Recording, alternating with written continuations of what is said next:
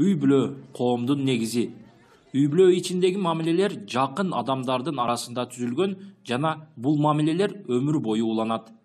Үй бүлө мыйзам тарабынан минималдуу түрдө жөнгө салынган сфералардын бири болуп эсептелет. Себеби үй бүлө ичиндеги мамилелер көбүнчө моралдык жана адеп ахлактык категориясына тиешелүү болуп саналат. Кыргыз Республикасынын үй бүлө кодексинин жана Кыргыз Республикасынын жарандык кодексинин нормаларын чегинде жөнгө салынат үй бүлө мамилелери.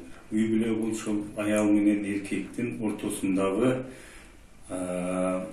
бирге жашоо жана ошол никеге туруу жана алардын негизинде ошол никенин негизинде мүлктүк жана мүлктүк эмес мамилелерди пайда кылуучу жана бири бирине болгон укук милдеттерди тастыктаган коомдук мамилени жөнгө салуучу мамиле болуп эсептелинет.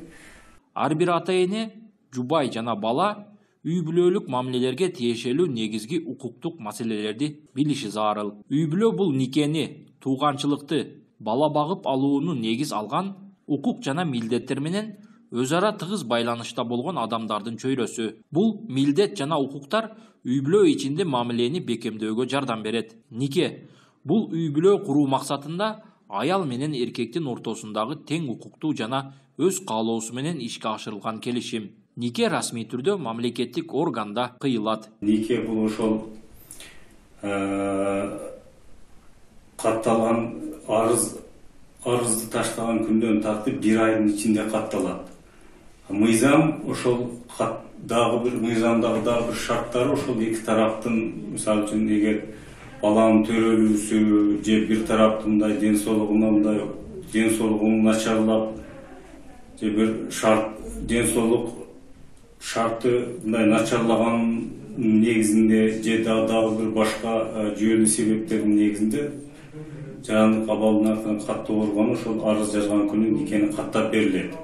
Нике катталуу үчүн жана айтып кеткендей биринчи ошол мыйзамда көрсөтүлгөн нике курамына жетүүсү, эки тараптын макулдугу, анан ошол эки тараптын жана никеге туруучулардын ошол жакын туугандар болбоосу же ошол асырап алгандар менен асыр алуучулардын ортосунда нике катталбайт. Жана ошол жанагы жакын туугандардын арасында, бир туугандардын балдарынын арасында ошол нике катталбайт. Жана никеге катталыш үчүн эгер башка дагы бир никеде катталган болсо же ажыратылбаган, ошондой шарттарда нике катталбайт. Жана ошондой эле ошол бир тарап кайсы бир мындай венерический оорулар менен же ВИЧ/СПИД менен ооруган оорулар болсо, ошону жашырган болсо, ошондой шарттарда нике катталбайт. Жаш үй бүлөнүн саламаттыгы да үй бүлөнүн бекем болушуна жана коомдун өнүгүшүнө зор таасирин тийгизет. Медициналык жактан алып караганда, акыркы мезгилде жаш үй бүлөлөрдүн саламаттыгы экинчи орунда калып, жаш энелер аз кандуулук сыяктуу түрдүү ооруларга дуушар болуп, айрым учурларда эненин жана баланын өлүмү кездешет. Эң негизи ошол бул коомдо жаш үй бүлөлөр эң негизги ролду ойнойт да. Мына ошондуктан ар бир үй бүлө куруунун алдында сөзсүз түрдө ошол пландалып ишке ашса жакшы болот да. Эң негизинен мисалы үчүн ушул баягы үй бүлө курардын алдында ошо кыз баладагы эркек балдардагы ошо медициналык кароодон өтсө аябай жакшы болмок да. Себеби баягы бизде ушул биздин аймакта аз кандуулук биринчи местада турат да. Мына ошондуктан мисалы үчүн ушу ата эненин ден соолугу кандай боло турган болсо, алардан пайда болгон балдардын дагы ден соолугу ошолордун көз каранды болуп эсептелетчи. Эң негизинен мисалы үчүн кээде кан аркылуу жугуучу оорулар дагы ошол балдардынга көп баягы түйүлдүк пайда болгондо ошол көп өзүнүн таасирин тийгизет. Диний жөрөлгө аркылуу кыйылган нике расмий түрдө жарактуу деп саналбайт. Кыргыз Республикасынын конституциясы боюнча нике мамлекеттик орган тарабынан катталышы керек. Ошондуктан никени ЗАГСка каттоо маанилүү. Анткени бул нерсе жубайлардын жана балдардын укук жана кызыкчылыктарын коргой алат.